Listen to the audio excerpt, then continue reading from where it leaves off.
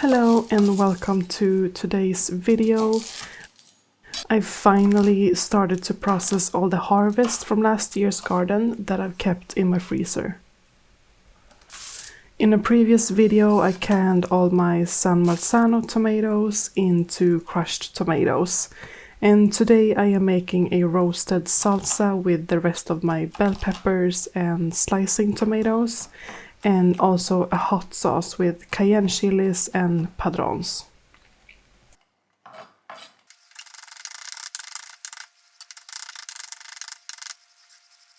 I am starting with the roasted salsa, where I sliced everything into smaller pieces to put into a baking pan for roasting in the oven. Everything is homegrown except the onions and a few cherry tomatoes I had to use up. And besides the lime that I will be using, of course.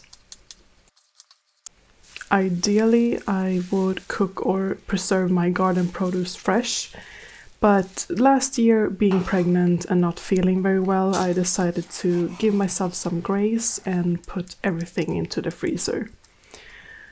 Most of it I de-seeded and such, but in September, when I did my last harvest, I was just a month away from giving birth, which is just crazy to think about that now. And we were prepping for the baby. So I think that it turned out well anyway. I could remove the stems and the seeds easily. I don't have a recipe for any of the things I'm making today because I wasn't going to can them, and I just went by feeling, as I usually do in the kitchen. But I have mentioned the ingredients for the salsa, which of course was roasted in the oven. I then added some homegrown parsley, which was substitute for cilantro that I didn't have. And then I did add lime, as I said, and salt.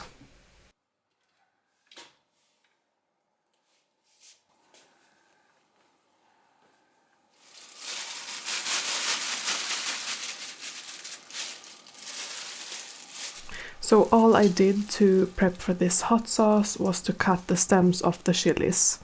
I did not de-seed them because they weren't that spicy this year, but the padrons I already de-seeded last year. Speaking of spiciness, I have mentioned in previous videos how hot my padrons were, but I couldn't figure out why, and it turns out I just weren't educated enough. Apparently they are usually quite spicy, but in the stores in Sweden everything is quite mild, the chilies and jalapenos too. And I guess it is to fit the people of the country, and we don't eat a lot of spice here in Sweden.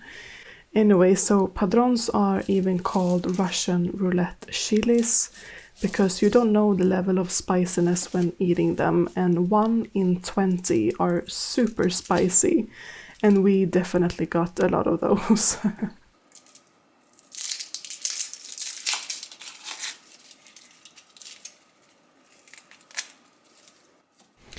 To this hot sauce I am also adding onions, garlic that we are actually still using from last year's garden, which I forgot to mention for the salsa, and then vinegar, brown sugar, smoked paprika and salt. I added water to thin it out to preferred consistency. In this clip here I added everything into a saucepan, but I will add it to a roaster pan to roast it in the oven, because that's the taste I prefer. After I've roasted it in the oven, I poured it back into the saucepan and cooked it all together with the water and vinegar, etc.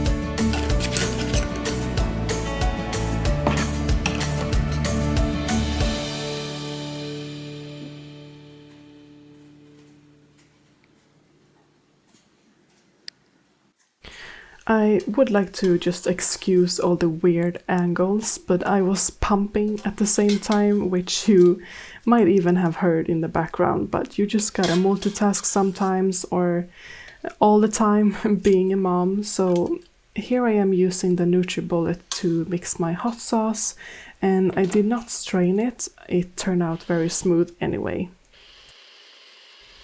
Oh, and I did mix it twice to get it extra smooth. And I had some trouble with getting the hot sauce in the bottles, which I will show you soon. But I did like the consistency just like it is now, but I had to add water in the end to pour it more easily.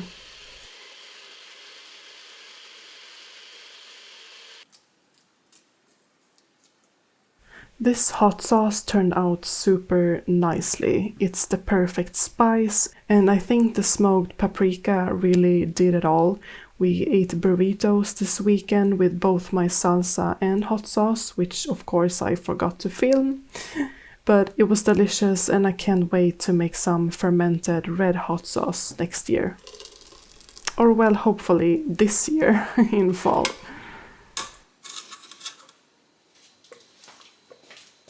So here starts the chaos with these hot sauce bottles, which are in plastic, but I thought it was the same thickness and material as my baby's bottles. So I sterilized them, only to completely warp them into weird shapes, and some of them can barely stand. Oh well, at least they are sterilized.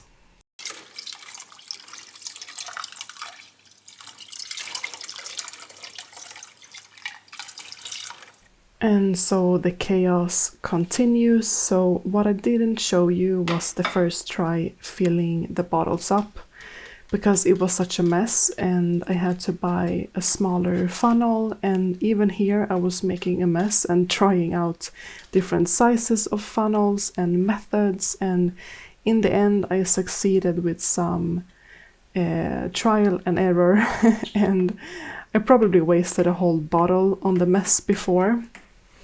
Here I decided to thin the sauce out, and it worked a lot better. After filling the bottles, I tapped out air bubbles and ran them under water to get them clean. And I am freezing one of the bottles to see if it works, and if not, I have the rest of the hot sauce in a container in the freezer that I can just refill whenever these are empty. I also added some tags with the year and month, because they will probably not last longer than a month in the fridge, if even that. So if I want to give these as gifts, I will take from the freezer. Thank you for hanging out with me today, getting these 2 projects done. I had so much fun and I'm quite satisfied with the results. And I still have some green tomatoes to make marmalade with, so stay tuned for that. And I'll see you in the next video. Take care. Bye bye.